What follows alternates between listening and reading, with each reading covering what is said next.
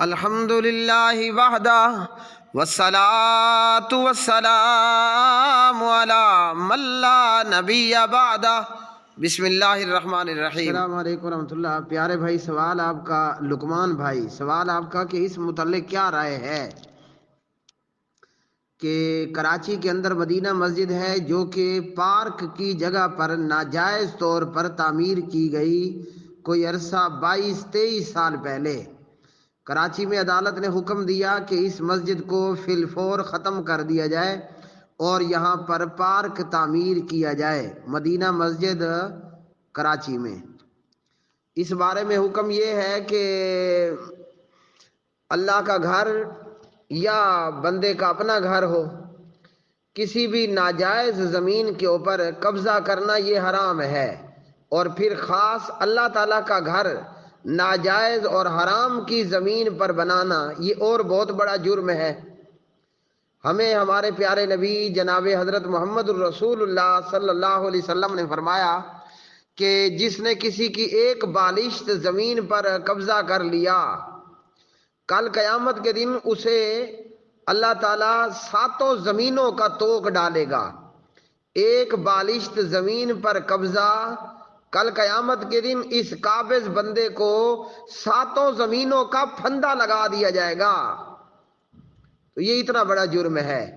پھر اللہ تعالیٰ کے گھر کو، اللہ کی مسجد کو ناجائز کسی زمین پر بنانا، وہ چاہے سرکار کی زمین ہو یا پبلک کی پراپرٹی ہو، یہ بہت بڑا جرم ہے۔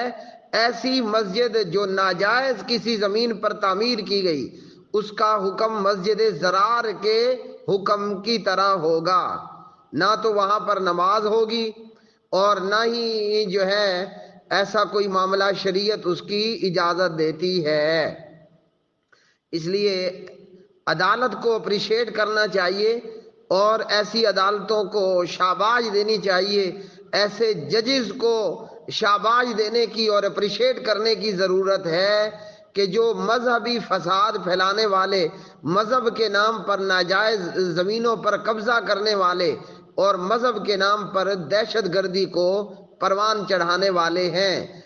بلا تفریق مسلک، بلا تفریق مسلک، یہ مدینہ مسجد ہے یا ملک بھر میں یا زمین بھر میں ایسی کوئی بھی مسجد کسی بھی مسلک کے لوگوں کے تعلق رکھنے والی ہو، ایسا کرنا حرام ہے۔ پیارے نبی صلی اللہ علیہ وسلم نے صحابہ سے پوچھا مفلس کون ہے؟ یہ صحیح مسلم کی روایت بنتی ہے۔ تو اصحاب نے فرمایا کہ مفلس وہ ہے جس کے پاس درم دینار اور کوئی پراپرٹی نہیں ہے۔ فرمایا میری امت کا مفلس وہ ہے جو نماز روزہ اور عبادات لے کر آئے گا، اور اس میں آپ صلی اللہ علیہ وسلم نے فرمایا کہ کسی کو مارا ہوگا تو کسی کا حق دبا لیا ہوگا، تو کسی کی پراپرٹی پر ناجائز قبضہ کر لیا ہوگا، تو کسی کا خون بہایا ہوگا۔ اب اللہ کے گھر کو ناجائز زمین پر اور پبلک کی پراپرٹی پر اور پارک پر تعمیر کرنا، یہ کہاں کی شرافت ہے، کہاں کا انصاف ہے اور کہاں کا اسلام ہے؟ اس لیے ایسی مسجدیں مسجد ضرار کے حکم میں ہیں، اور معاملہ یہ ہے کہ ایسی مسجدوں کو گرا دیا جائے۔ اب یہاں سوال یہ اٹھایا جا رہا ہے کہ حکومت مندر تعمیر کر رہی ہے اور حکومت گردوارے تعمیر کر رہی ہے اور مساجد کو حکومت گرا رہی ہے، تو یہ کوئی جواز نہیں بنتا۔ مندر کا یا گردوارے کا اسلامی حکومت کا تعمیر کروانا وہ اپنی جگہ پر ایک حرام عمل ہے، اور یہ کوئی طریقہ نہیں کہ ایک حرام سے دوسرے حرام کے لیے دلیل پکڑی جائے۔